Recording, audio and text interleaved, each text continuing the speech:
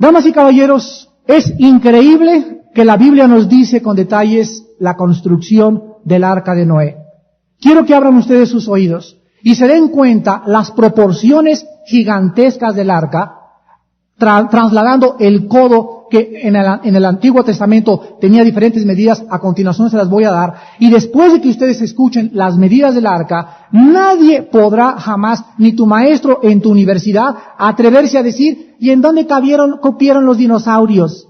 ¿Y cómo metieron a las jirafas? ¿Y cómo entraron los changos? Y esto es imposible que pudiera suceder. Sin embargo, todo este lenguaje especulativo y burlón y filosófico es por la falta de conocimiento de las evidencias científicas aeronáuticas. De una forma, de todas las cosas hidroneumáticas que existen en el arca y de la forma tan increíble en la que Dios diseñó el arca de Noé. En el capítulo 6 del Génesis, versículo 15, la Biblia dice la cosa más exacta de todo este relato. Las medidas, las ventanas, la puerta y lo que el arca tenía que tener.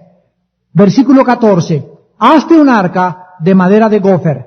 Harás aposentos en el arca y la calafatearás con brea. La palabra brea es la palabra hebrea kafar, que significa cubrir. Y vemos en primer lugar que Dios le dice a Noé que lo primero que tenía que hacer, damas y caballeros, hace 4,000 años no se había descubierto que la brea era protectora e impermeabilizante de la madera. 2,000 años después del relato del Génesis, comenzaron los chinos y los sidonios y los sumerios a descubrir que la brea podía impermeabilizar la madera. Y aquí encontramos que casi 2,000 años antes, la Biblia describe que Noé sabía cómo podía realmente preservar la madera durante 150 días y 371 días que duró el diluvio universal.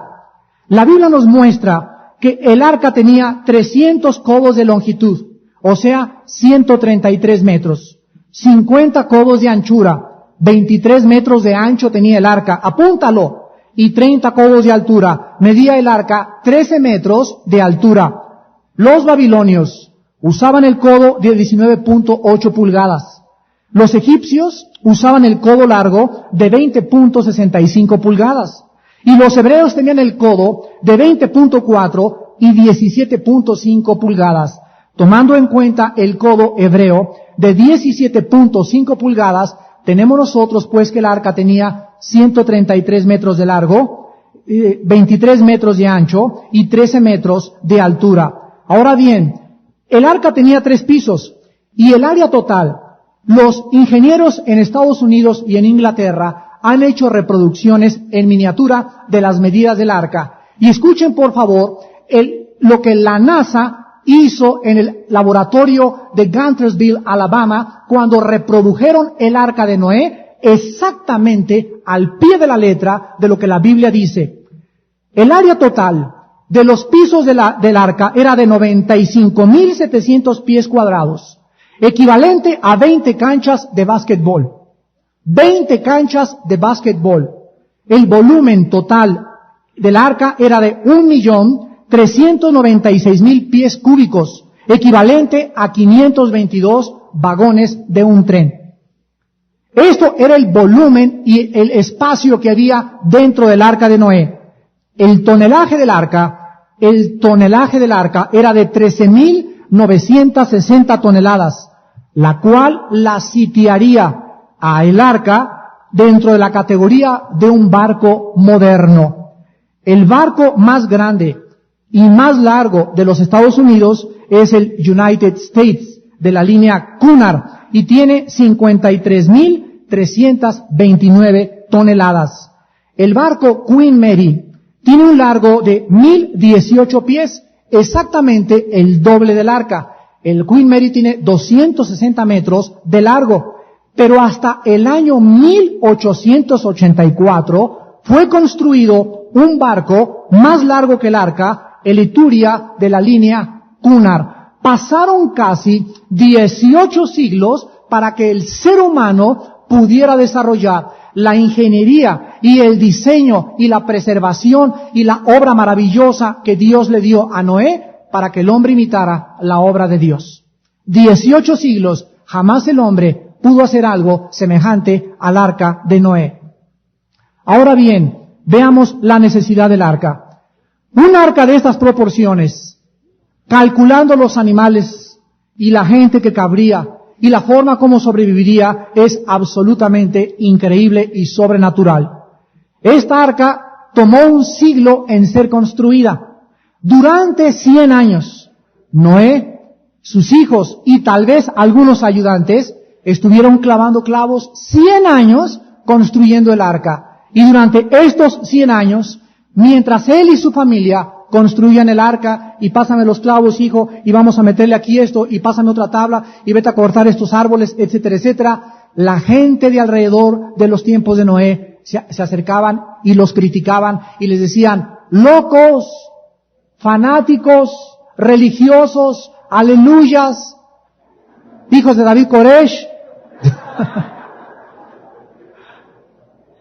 Y la gente comenzó a perseguirlos y a perseguirlos y a perseguirlos, porque durante este tiempo Dios aprovechó la construcción del arca para darle testimonio a la gente de dos cosas principales. Número uno, Noé y su familia aparecieron como locos en su época por dos razones. Número uno, nunca había llovido.